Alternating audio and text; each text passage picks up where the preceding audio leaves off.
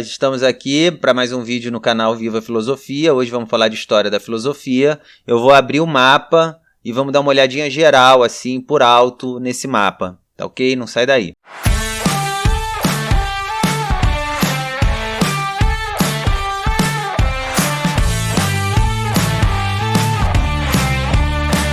Estou dizendo que eu vou abrir o mapa porque eu vou fazer uma apresentação muito rápida do nascimento da filosofia, assim, como que se deu o nascimento da filosofia lá no século VI, no século V a.C.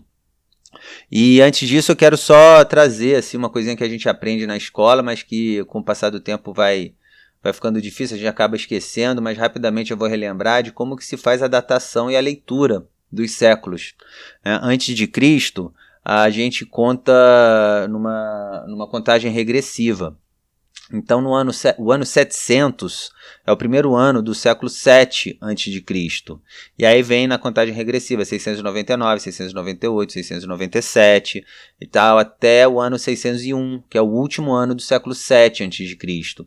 Aí começa o século 6 a.C., que é o ano 600. E aí vem na contagem regressiva, 599, 598, 597, tudo século VI até o ano 501, o último ano do século VI.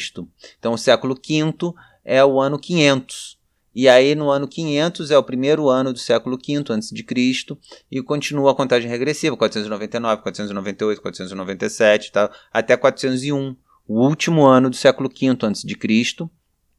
E o século IV a.C. é o ano 400. E assim prosseguimos, 399, 398, então uma fórmula que eles colocam sempre é ver o primeiro número e ver se os números, as casas seguintes são somatório zero, é o ano em questão do século. Se tiver mais que um, é porque você está no século, por exemplo, o século 300... é o primeiro do século 3 a.C. Mas aí 299 é 2 e 99 é maior que 1, então é século 3 ainda. Tal. Então é mais fácil a gente entender como se dá a contagem do que querer essa colinha aí, né? Eu acho, pelo menos. Dito isso, vamos lá. No ano de 625, por volta de, né, todas essas datas que eu vou falar aqui, a gente não tem acesso ao cartório com a certidão de nascimento, então é sempre por volta de, tá bom? Que eu estou falando aqui essas datas. Então, por volta de 625, ou seja, o último quarto do século VII a.C., nasce Tales. Tales de Mileto, na cidade de Mileto. Ele é considerado o pai da filosofia e no próximo vídeo a gente vai começar com ele. Mas esse vídeo aqui eu só quero apresentar assim a largada, né? Como que se deu o século VI e o século V, como que foi a eclosão da filosofia na Grécia nesses dois séculos. Tá? Em 625 ele nasce, em 611 nasce o discípulo dele, Anaximandro, mas ele só vem a florescer mesmo, só vem ter suas atividades no século VI. Então é no século VI que a gente pode dizer que começou efetivamente um exercício da filosofia, o exercício do pensamento enquanto fonte de explicação para a vida. Tá? A razão, essa coisa que a gente está aí estudando. Eu fiz uma colinha aqui, tô com a minha colinha, tá bom?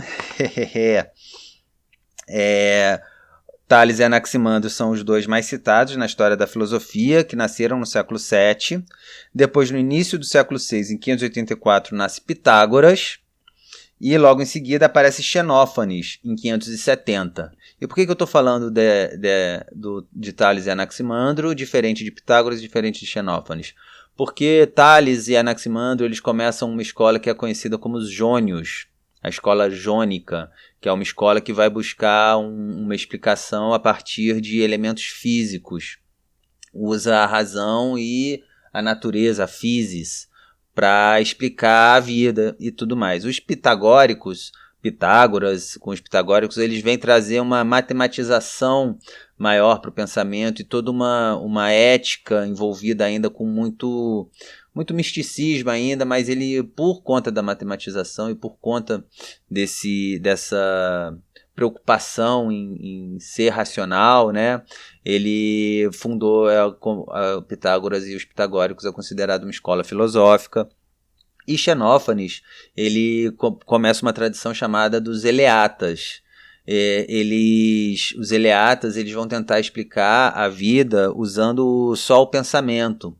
Porque enquanto os jônios atrelavam o pensamento a um elemento físico e a um exercício racional com um aspecto da natureza, os eleatas, eles vão tentar explicar a vida e usar, né, exercitar o pensamento através do próprio pensamento.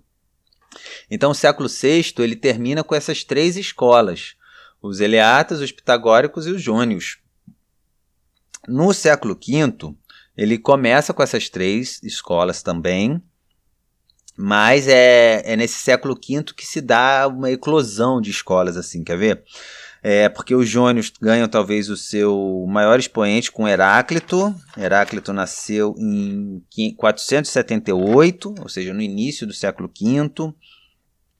Os eleatas ganham também o seu grande... no século VI, no finalzinho do século VI, ainda nasce talvez o maior representante dos eleatas, que é Parmênides. Tá? Então esqueci de falar disso. No final do século VI nasceu Parmênides, que é no início do século VI nasce Xenófanes, fundando a escola eleata, e em 510, no último decênio do século VI, nasce Parmênides, que só vem a florescer, só vem a se tornar ativo, né, enquanto filósofo no século V. E aí no século V também tem para os eleatas um grande expoente, que é Zenão, discípulo de Parmênides. Zenão com seus paradoxos, que eu vou poder falar aqui num determinado momento. A escola de Pitágoras prossegue muito bem, obrigado, mesmo depois da morte de seu fundador, que foi no início do século V, em 498. No século V também nasce Górgias, em 483, que dá origem aos sofistas, a escola sofística, e em 469 nasce Sócrates, vindo a ter sua atividade mesmo ainda no século V. Então você veja que no século V começou com os jônios, os pitagóricos e os eleatas, e vai terminar já já tem no seu meio aí, antes da metade dele, já tem Sócrates, já tem os sofistas, e no último quarto, em 425, nasce talvez um grande representante da filosofia que todos nós conhecemos, que é Aristócles. Não conhece Aristócles? Eu acho que você conhece sim, só que está acostumado com o apelido que o menino de costas largas ganhou, que é Platão. Aí então você vê que a gente tem aí essa divisão, que na tradição é conhecida como a filosofia pré-socrática. Eu vou começar falando dos jônios, com o Tales. E espero que vocês tenham gostado, espero que tenha ficado claro. Aquilo que não ficou claro é porque é só um mapa, né? É só abrir o mapa. A gente vai começar agora a ter oportunidade de revisitar todos esses nomes, revisitar todas essas datas, mas eu queria só apontar de como é interessante que no século V a gente ainda termina o século V com a filosofia pós-socrática, né? Depois de Sócrates, um monte de outras escolas surgem, aproveitando o ensejo de Sócrates, mas aqui eu queria só apontar para essa divisão que surge na filosofia antiga, antes de Sócrates e depois de Sócrates, no século VI, no século V e depois do século V, com a tradição filosófica se aprofundando, os temas se alargando, né, e se desenvolvendo. E a gente vai ter oportunidade de olhar para tudo isso. Espero que vocês não desistam. Estamos falando de coisas que exigem um pouco da memória, mas como eu falei lá no vídeo anterior, história da filosofia não é filosofia. Tá certo? Então vamos aprender como que se deu esse desenvolvimento para que a gente consiga navegar e transitar nesse mapa sem nenhum problema. Tá certo? Até lá, hein?